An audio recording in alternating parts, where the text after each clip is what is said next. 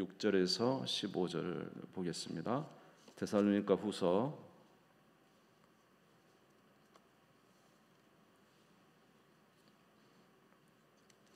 3장 6절에서 15절 말씀, 신약성경 336페이지가 되겠습니다.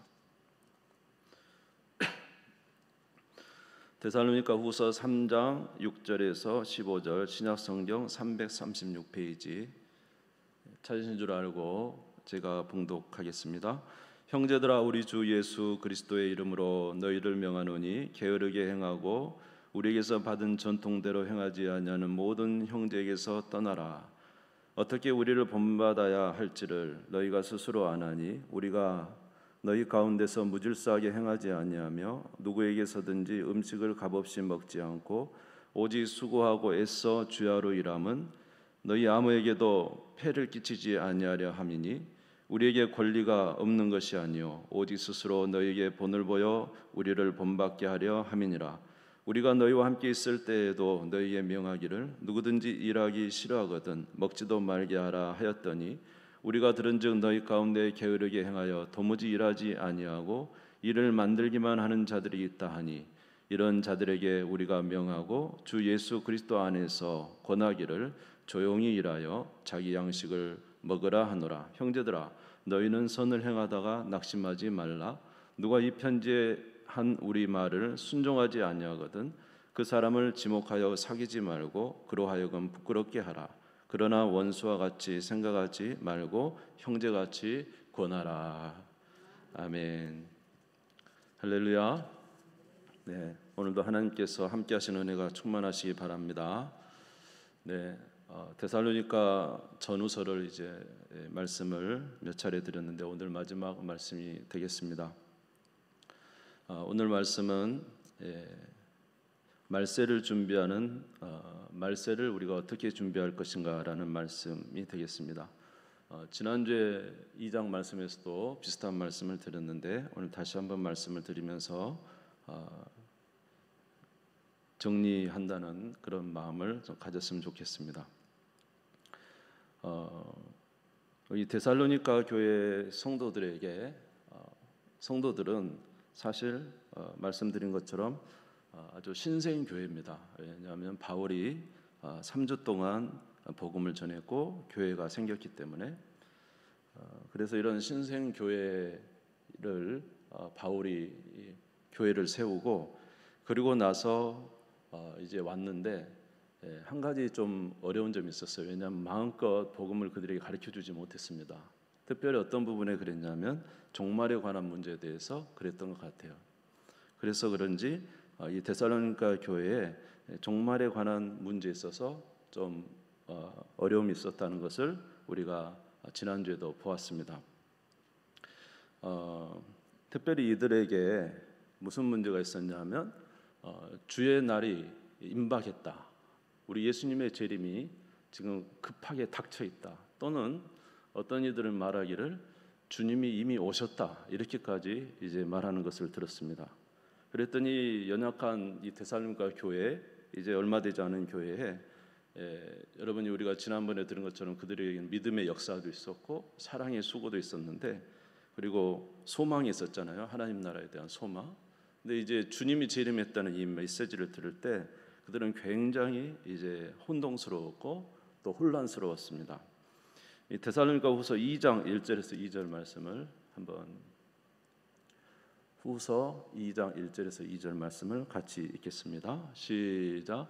형제들아, 우리가 너에게 구하는 것은 우리 주 예수 그리스도의 강림하심과 우리가 그 앞에 모임에 관하여 영으로나 또는 말로나 또는 우리에게 받았다 하는 편지로나 주의 날이 이르렀다고 해서 쉽게 마음이 흔들리거나 두려워거나 하지 말아야 한다는 것이니라. 바울이 이제 고린도에서 들어보니까 데살로니가 교회에 거짓 선생들이 나타난 거예요. 거짓 선생들이 나타나서 예수님께 재림이 이제 곧 코앞에 닥쳤다. 또는 예수님이 이미 임하셨다, 재림하셨다, 막 이렇게 이야기하는 거예요. 무엇으로 말했냐면 여기 보니까 영으로나 말로나 편지로 이렇게 했다는 것입니다. 이제 영으로 했다는 것은 자기들이 영적 계시를 받았다고 이렇게 말하는 것이고 두 번째로는 말로는 이제 사도들에 의해서 들었다라고 이렇게 그냥 전하는 거죠. 근데 사실 들은 게 아니죠. 사도들은 그런 말을 한 적이 없기 때문에 거짓으로 말하고, 또는 무엇이라 그랬냐면 2절 말씀이니까 편지다 그랬어요. 이 편지는 마치 사도 바울이 쓰지 않는데 이 편지를 다른 사람이 써놓고 사도 바울이 보낸 편지다, 이렇게 거짓 편지를 보여주면서 바울이 주의 날이 임했다고 말했다고 이제 거짓말을 한 거죠. 그래서 이제 데살로니가 후서 끝에 보면은 바울이 친필로 사인을 합니다. 자기가 이제 대필은 하지만 나중에 이게 정말로 자신이 보낸 것을 표현하기 위하여 자기의 사인을 해서 이 데살로니가 전후서가 사도 바울이 쓴 편지임을 확인하게 하는 거죠. 그래서 이들은 굉장히 혼란스러웠습니다. 더욱이 주님의 날은 도둑같이 임한다고 이미 데살로니가 전서에서 이미 말을 했었기 때문에 주의 날에 대한 사모함이 있었어요. 특별히 이 데살로니가 교회 성도들은 굉장히 큰 박해 속에 있었어요. 이 박해 속에 있기 때문에 자기 하루하루의 삶이 믿음을 지키고 살아가는 게 굉장히 어려워요. 믿음을 지키고 살아가기 어려운 그때는 어디를 사모하게 될까요? 하나님 나라 천국을 이렇게 사모하게 되는 것입니다. 그래서 그렇지 않아도 예수님의 재림을 사모하고 있었는데 이제 이런 말이 들리는 거죠. 예수님의 재림이 이제 코앞에 왔다. 그리고 또 뭐예요? 도둑처럼 임하신다. 그리고 이제 또 오셨다. 막 이렇게 말하니까 완전히 혼란스러운 상태가 된 거예요. 문제는 그런 상태가 되었을 뿐만 아니라 오늘 말씀해 보니까 그 중에 데살로니가 교회 성도들 중에 일부는 아예 주님 오실 날, 주님이 이제 곧 오실 거니까 이제 모든 걸 다 포기했어요. 직장도 포기해버리고 가정도 그냥 손 놔버리고 자기가 했던 생업들 다 내어놓고 주님 오실 날을 그저 준비한다고 기다리고 있는 거예요. 굉장히 믿음이 좋아 보이죠. 그런데 사도 바울은 오늘 이 말씀을 통해서 뭐라고 말하냐면 그들은 참 게으른 자다 이렇게 말하고 있습니다. 데살로니가 3장 6절을 같이 한번 읽어보겠습니다. 시작. 형제들아 우리 주 예수 그리스도의 이름으로 너희를 명하노니 게으르게 행하고 우리에게서 받은 전통대로 행하지 않은 모든 형제에게서 떠나라. 그들은 어떻게 하고 있다고요? 게으르. 그러니까 모든 거 다 손을 놔버렸죠. 그러니까 일을 안 하는 거예요. 주님 오시는 날만 기다리고 있다는 거죠. 데살로니가 3장 11절도 우리가 들은즉 너희 가운데 게으르게 행하여 도무지 일하지 아니하고 일을 만들기만 하는 자들이 있다 하니. 주님 오실 날을 준비한다고 하면서 모든 일상을 다 내버리고 이제 주님 오실 날 준비하기 때문에 이제 먹어야 될 것을 구하지 못하잖아요. 그러니까 이제 어떻게 하냐면 그 성도들 중에 부유한 자에게 가서 이제 거기서 기거하는 거예요. 부유한 성도들 집에 기거하면서 그들에게 주는 밥도 얻어먹고 그들의 집에 살면서 이제 하는 거예요. 얼마나 폐를 끼칩니까? 폐를 엄청 끼치는 거예요. 게으르죠, 폐 끼치죠. 또 문제는 뭐냐면 이들이 무슨 이야기를 하냐면 자기들이 이제 진짜 신앙이 좋다고 생각하는 거예요. 모든 걸 다 버리고 주님 오실 날 준비하고 있으니 신앙 굉장히 좋죠. 그러면서 다른 사람들이 하는 말이 당신들은 그렇게 하지 않은 게 문제다 이렇게 말하면 오히려 이제 자기들이 옳은 것을 주장함으로 성실하게 살아가는 성도들에게 굉장히 자극을 줬다는 것입니다. 무슨 말인지 이해가 되십니까? 예, 고맙습니다. 자, 그래서 이러한 자들에게 사도 바울은 굉장히 책망하고 있습니다. 열심히 일해서 자기 먹을 것을 만들어서 먹으라고 이야기하고 있어요. 데살로니가 후서 3장 12절에 보니까 데살로니가 3장 12절 이런 자들에게 우리가 명하고 주 예수 그리스도 안에서 권하기를 조용히 일하여 자기 양식을 먹으라 하노라. 조용히 뭐 하라고요? 예? 떠들지 말고 이제 이 사람들이 남의 집에 기거하면서 이제 일을 안 하니까 뭐는 또 이제 말 많이 할까요? 말은 많이 하면서 막 돌아다니면서 쓸데없는 이야기를 많이 하는 거예요. 디모데전서 5장 13절에서 14절에 보면 거기에 있는 어떤 여인들에 관한 이야기가 나옵니다. 우리 같이 읽겠습니다. 시작. 또 그들은 게으름을 익혀 집집마다 돌아다니고 게으를 뿐 아니라 쓸데없는 말을 하며 일을 만들며 마땅히 아니할 말을 하나니 그러므로 젊은이는 시집가서 아이를 낳고 집을 다스리고 대적에게 비방할 기회를 조금도 주지 말기를 원하노라. 저때 이제 과부가 있었어요. 디모데 전서니까. 그래서 이제 나이 많이 든 과부, 젊은 과부 있는데 젊은 과부는 과부의 명부에 오르지 말라는 거예요. 왜냐하면 쓸데없이 게으르게 돌아다니면 쓸데없는 말만 하고 다닌다. 차라리 시집가서 아이를 낳고 일하며 살아라. 여러분 일하지 않으니까 게을러지고 게을러지면 뭐가 많아요? 말이 많아지고 쓸데없이 돌아다니면서 이런 일을 한다는 거예요. 그러니까 게으를 뿐 아니라 또 다른 믿음의 성도들의 집에 가서 폐를 끼치죠. 돌아다니면서 쓸데없는 말을 하죠.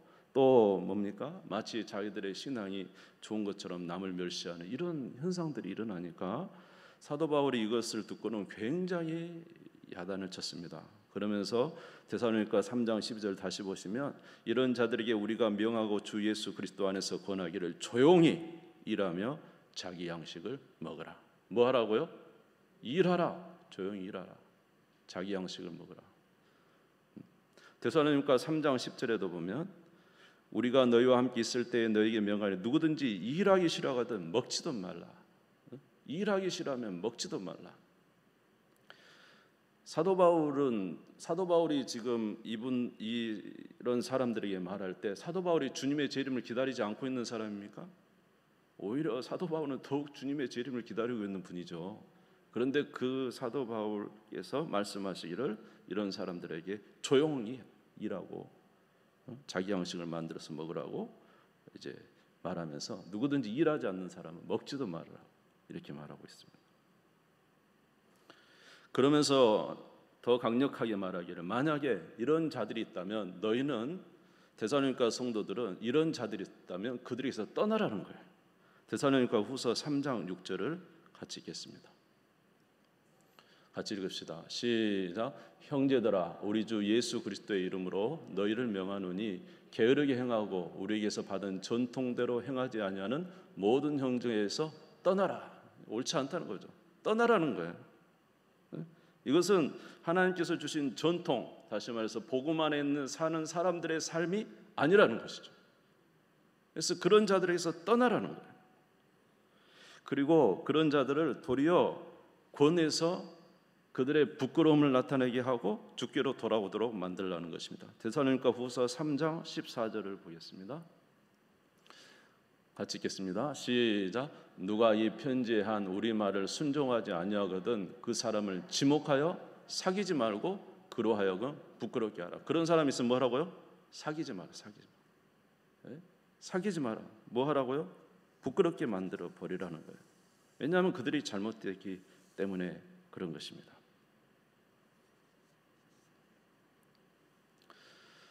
그러면 이렇게 사도 바울께서 그들에 대해서 이렇게 책망하면서 잘못된 것을 말한 이유는 무엇이냐면 주님의 재림이 우리 가운데 임하지 않기 때문이 아니에요. 주님의 재림은 우리에게 임해요. 할렐루야. 반드시 주의 재림은 있습니다. 근데 문제는 주님의 재림의 시기를 자기들이 결정해 버린 거예요. 주님의 재림은 분명히 있는 것이죠. 그러나 그 시기는 우리가 정할 수 없는 거예요. 아멘. 근데 자기들은 그 시기를 정해버린 거예요. 벌써 왔다는 거죠. 그러니까 준비하자는 거죠. 주님하고는 주님이 지금 오시려고 하는 것도 아닌데 자기 스스로 정하고 그 날이 왔다는 거잖아요. 마태복음 24장 36절에 보면 마태복음 24장 36절에 같이 읽겠습니다. 시작. 그러나 그날과 그때는 아무도 모르나니 하늘의 천사들도 아들도 모르고 오직 아버지만 아시느니라. 누구만 아신다고요? 아버지만 아시는데 자기들이 주님의 날이 왔다는 거예요. 임해버렸다는 거예요. 그러니까 하나님께서 결정하시는 하나님만이 아시는 것을 그 아들도 모른다고 하신 것을 마치 자기들이 아는 것처럼 하면서 행동하니 이것은 크게 잘못된 것입니다. 사도행전 1장 7절에도 보면 이르시되 때와 시기는 아버지께서 자기 권한에 두셨으니 너희는 알 바 아니요. 때와 시기는 아버지 하나님의 손에 있는 것이지 우리가 알 바가 아니라는 것입니다. 여러분, 일어나는 현상만 보고 주님이 오신다고 생각한다면 큰 착오를 겪을 수 있습니다. 예를 들어서 막 이렇게 질병이 온 세계를 막 이렇게 질병이 막 이렇게 크게 번지고 이래서 많은 사람들이 죽고 이런 상황이 오니까 주님이 오실 것이다, 이렇게 그냥 탁 믿어버리는 거죠. 근데 이것은 잘못된 거예요. 지금까지 역사상 질병이 참 많이 있었어요. 아멘. 그런데 그것을 가지고 주님이 오신다고 내가 스스로 결정하는 거 문제가 있습니다. 전쟁이 막 일어나요. 전쟁이 일어나서 많은 사람이 죽고 나라들이 초토화돼요. 주님 오실 것이다, 이렇게 생각해 버리는 것이죠. 마치 데살로니가 교회 성도들이 박해가 너무 심하니까 주님이 오실 것이라는 것에 대한 촉각이 서 있는 곳에서 이 거짓 선생들이 와서 말하니까 금방 넘어가 버린 거예요. 많은 고난의 문제가 있기 때문에 고난의 역사 속에서 이제 주님이 오시겠구나, 물론 그것이 주님이 오신다는 표시를 안 한다는 건 아니에요. 그런데 정해버리는 거예요. 이제 오신다, 이렇게 말입니다. 이게 문제가 있다는 것입니다. 우리 주님이 오시는 것은 우리 하나님의 손에 있는 거예요. 우리가 결정하는 게 아니거든요. 아멘. 그래서 지금까지도 수많은 질병의 순간이 얼마나 많았고, 얼마나 전쟁의 순간이 많았고, 얼마나 고난의 순간이 많았고, 얼마나 정말로 피폐한 사회가 많았습니까? 그래도 그것은 우리가 생각할 때 참 이게 세상이 멸망할 시기가 왔구나, 이렇게 생각하는 것이지, 모든 것은 누구 손에 있다고요? 하나님의 손 안에 있는데, 마치 주님이 지금 오시는 것처럼 그래서 다 던져버리고 이제 주님 만난다고 사는 것은 잘못된 거예요. 할렐루야. 하나님은 우리에게 재림의 징조들을 주셨습니다. 데살로니가 후서 2장 3절에서 4절입니다. 데살로니가 후서 2장 3절에 4절 같이 읽겠습니다. 시작. 누가 어떻게 하여도 너희가 미혹되지 말라. 먼저 배교하는 일이 있고 저 불법의 사람 곧 멸망의 아들이 나타나기 전에는 그날이 이르지 아니하리니 그는 대적하는 자라 신이라고 불리는 모든 것과 숭배함을 받는 것에 대항하여 그 위에 자기를 높이고 하나님의 성전에 앉아 자기를 하나님이라고 내세우느니라. 예수님 오시기 전에 징조가 있다는 거죠. 징조가. 특별히 뭐가 있다 그랬죠? 큰 배교가 있을 것이라 했고, 두 번째로는 뭐가 있다 그랬죠? 불법의 사람이 아주 확연하게 역사할 거라는 것이죠. 지금은 하나님께서 막는 것이 있어요. 하나님께서 막으셨기 때문에 그 일이 안 일어나는 거지, 주께서 그 손을 풀 때 이제 불법은 아주 활동을 하는 것입니다. 그래서 전 세계의 모든 영혼들을 이제 삼키려고 엄청나게 노력을 하고 있는 거죠. 요한일서 2장 18절에 보면은 아이들아 지금은 마지막 때라 적그리스도가 오리라는 말을 너희가 들은 것과 같이 지금도 많은 적그리스도가 일어났으니 그러므로 우리가 마지막 때인 줄 아노라. 적그리스도가 밑에서 지금 활동하고 있다는 것입니다. 그러나 하나님이 막으셔요. 아멘. 그런데 적그리스도가 활동을 해요. 그래서 때로는 이제 우리가 생각하는 기이한 일들이 막 세계 역사 속에서 일어나는 거예요. 그러면 그것을 보고 이제 주님 오실 날이 됐다라고 함부로 이렇게 마음에 결정해서는 안 된다는 거예요. 역사가 일어나긴 하지만 그와 시와 때는 몰라요. 아멘. 언제든지 주님의 때에 그 손을 이제 주님께서 막는 것을 펴시면 그런 역사가 이제 일어나겠죠. 그것이 얼마나 큰 건지 어떤 역사인지는 우리가 자세히는 잘 모르는 것입니다. 그러나 성경에 기록되어 있기 때문에 우리가 그것을 믿고 받아들이고 있습니다. 마태복음 24장 6절에서 9절 주님 오실 날도 이렇게 표현이 되어 있습니다. 같이 읽겠습니다. 시작. 난리와 난리 소문을 듣겠으나 너희는 삼가 두려워하지 말라. 이런 일이 있어야 돼. 아직 끝은 아니니라. 민족이 민족을 나라가 나라를 대적하여 일어나겠고 곳곳에 기근과 지진이 있으리니 이 모든 것은 재난의 시작이니라. 그때 사람들이 너희를 환난에 넘겨 주겠으며 너희를 죽이리니 너희가 내 이름 때문에 모든 민족에게 미움을 받으리라. 할렐루야. 마지막 때에 난리가 있고 전쟁이 있고 기근이 있고 지진이 있고 환란과 순교, 박해 이런 것이 있다는 거예요. 난리, 전쟁, 기근, 지진, 환란, 순교, 박해. 여러분 이런 것들은 점점 무엇을 우리에게 알려주고 있습니까? 주님 오실 날이 가까웠다는 걸 우리에게 알려주고 있죠. 그래서 우리는 이러한 상황들을 통해서 주님 오실 날이 가까웠다는 것을 우리가 알고 준비해야 돼요. 그러니까 깨어 있어야 되는 거죠. 그러나 이제 좀 있으면 오신다. 이번에 오신다. 그리고 옷을 벗어 던지고 직장을 벗어 던지고 가정을 던지고 그렇게 돼서는 안 된다는 거죠. 그 시와 때는 누구밖에 모른다고요? 하나님밖에 모른다는 것입니다. 그러니까 이런 징조들을 볼 때 주님이 오실 것에 대한 우리가 확실함, 더 깨어있는 자가 될지언정, 이런 오늘 사도 바울 데살로니가 교회에 있는 이 성도들처럼, 일부의 성도들처럼 이렇게 잘못된 신앙을 가지면 문제가 된다는 거죠. 저는 그동안에 살아오면서 이제 그런 말도 들었어요. 무슨 말을 들었냐면, 저 유럽이 연합을 했거든요. 유럽연합이 이제 유럽이 연합체가 돼가지고 막 할 때, 야 드디어 이제 불법의 사람이 저 유럽에서 일어날 것이다 이런 말도 들었어요. 그래서 야 드디어 종말이 이제 불법의 사람이 일어나려는 것보다 막 그런 생각인데, 근데 지금 유럽연합 다시 깨지고 있지 않습니까? 그러니까 어떤 현상 하나를 가지고 막 그것이 진짜 다 일어난 것처럼 생각하면 착각하고 착오할 수 있다는 것입니다. 여러분 그 다미 선교회 아시죠? 1992년 10월 28일 아시죠? 모른다고 하지 마세요. 아시잖아요. 다미 선교회. 그때 어떤 현상이 있었냐면, 그때 마침 소련이 붕괴됐습니다. 소련. 모르는 척 저를 쳐다보지 마시고, 소련 그때 붕괴됐어요. 여러분 그때 당시에 양극화, 미국과 소련의 대치였지 않습니까? 근데 이 소련이 고르바초프 그분에 의해서 이제 소련 연합이 깨져버렸잖아요. 동시에 무슨 역사가 있었냐면, 그때 당시에 걸프전이 터진 거예요. 중동 화약고 걸프가 터진 거예요. 또 그러면서 무슨 상황이 있었습니까? 이제 세기가 바뀌는 거예요. 세기가 1900년도에서 2000년도로 밀레니엄으로 바뀌어가는 이 시기에 온갖 이야기가 다 들렸어요. 세상에 말세가 올 것이다. 이제 드디어 이 세상이 끝나게 될 것이다. 1999년 뭐 별 이야기가 다 있었죠.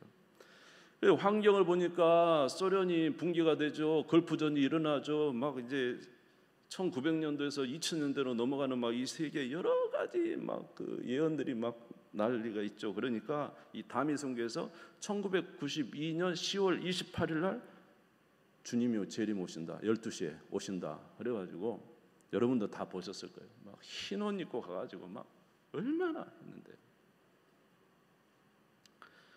이런 전쟁과 이런 모든 것은 점점 심해지면서 마침내 주님이 오실 것을 우리에게 알려주고 있는 것은 맞습니다. 그런데 문제는 시간을 정했다. 자기들이 결정했어요. 주님 오신다고. 이게 문제라는 거죠. 아멘.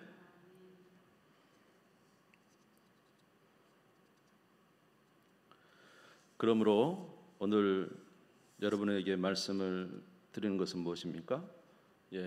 우리가 이러한 모든 사회적 현상과 자연적 현상과 이러한 모든 국가적 현상을 보면서 우리는 더욱 주님 오실 날을 기억하며 깨어 있어야 되지만, 혹이라도 잘못된 미혹의 영에 넘어가서 여러분의 삶을 헛된 대로 빠지지 않도록 항상 깨어 있으시고 주님 안에 믿음을 잘 지키시는 저와 여러분 되시기를 주님의 이름으로 축원합니다. 할렐루야.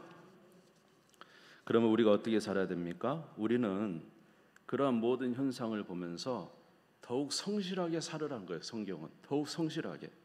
데살로니가 후서 3장 7절에서 9절을 같이 읽겠습니다.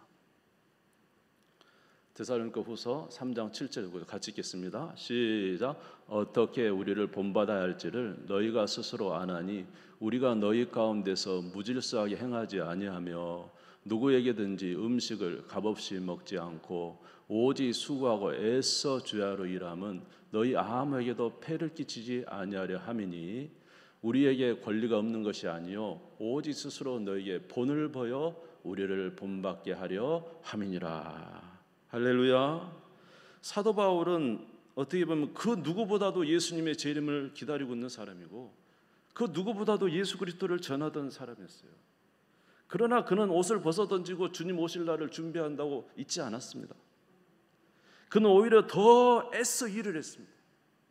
애써 일하면서 복음 전하는 일에 누가 되지 않도록 정말로 열심히 일하면서 오히려 자기가 마땅히 받아야 될 이제 모든 것도 포기하면서 열심히 성실하게 행하며 주의 복음을 전하는 일을 열심히 해갔어요.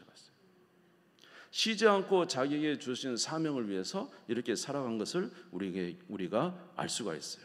이렇게 한 이유는 뭐냐? 나는 마땅히 내가 사역에 관한 것을 받을 수 있지만 받지 않은 것은 본을 보이기 위해서 그랬다는 거예요. 본을 보이기 위해서. 저와 여러분에게 신앙의 본을 보여주는 거예요. 우리가 주님 오실 날을 준비해도 우리는 어떻게 살아야 됩니까? 성실하게 살아야 돼요. 할렐루야. 우리 주신 직장 생활 열심히 하고 가정을 다스리는 일 열심히 하고, 아멘. 주께서 맡겨주신 사명 열심히 감당하고 하나님 주신 직분 감당하고 주님이 오실 날이 가까운 것을 느끼지만 점점 더 주님 앞에서 성실한 삶을 살아야 된다는 거예요. 그러다가 주님 오실 날 우리가 맞으면 더 좋겠지 않습니까? 그래서 데살로니가 3장 10절에 보면 우리가 너희와 함께 있을 때도 너희에게 명하기를 누구든지 일하기 싫어하거든 먹지도 말라. 하나님께서는 우리가 열심히 우리의 사는 날 동안 주님이 오시는 이 날 동안 충성스러운 청지기가 되어 주께서 주신 귀한 달란트의 사명을 잘 감당하여 그렇게 충성스럽게 일하기를 원하고 계신다는 거예요. 할렐루야. 데살로니가전서 4장 11절 12절에 보면 또 너희에게 명한 것 같이 조용히 자기를 하고 너희 손으로 일하기를 힘쓰라. 이는 외인에 대하여 단정히 행하고 또한 아무 궁핍함이 없게 하려 함이라. 저와 여러분에게는 빛과 소금의 사명이 있어요. 세상에 있는 많은 사람들이 우리를 보고 주님을 보기를 원해요. 주님을 진정으로 사랑하는 자들의 삶은 주께서 맡기신 귀한 일에 충성하는 것입니다. 오늘 우리에게 주신 일에 충성하는 것입니다. 아멘. 열심으로 주의 일을 감당하는 것입니다. 그러므로 저와 여러분은 이렇게 주님 안에 살아가는 우리가 되기를 바랍니다. 자, 마지막으로 우리 3장 13절 읽고 마치겠습니다. 3장 13절 데살로니가후서 3장 13절 같이 읽겠습니다. 시작. 형제들아 너희는 선을 행하다가 낙심하지 말라. 할렐루야. 갈라디아서 6장 9절에도 우리가 선을 행하되 낙심하지 말지니 포기하지 않으면 때가 이르매 거두리라. 주께서는 우리가 성실히 주의 일을 감당할 때 주의 때가 됐을 때 우리를 부르실 것이요 우리를 구원하실 것입니다. 그러므로 오늘 저와 여러분에게 주신 귀한 하루 동안에 하나님의 영광 돌리는 일에 최선을 다하시고 때와 시기는 누구에게 맡겨요? 하나님께 맡기고 우리는 오직 주께서 주시는 귀한 사명 잘 감당하는 우리 귀한 성도님들 되시기를 주의 이름으로 축원합니다. 기도하겠습니다.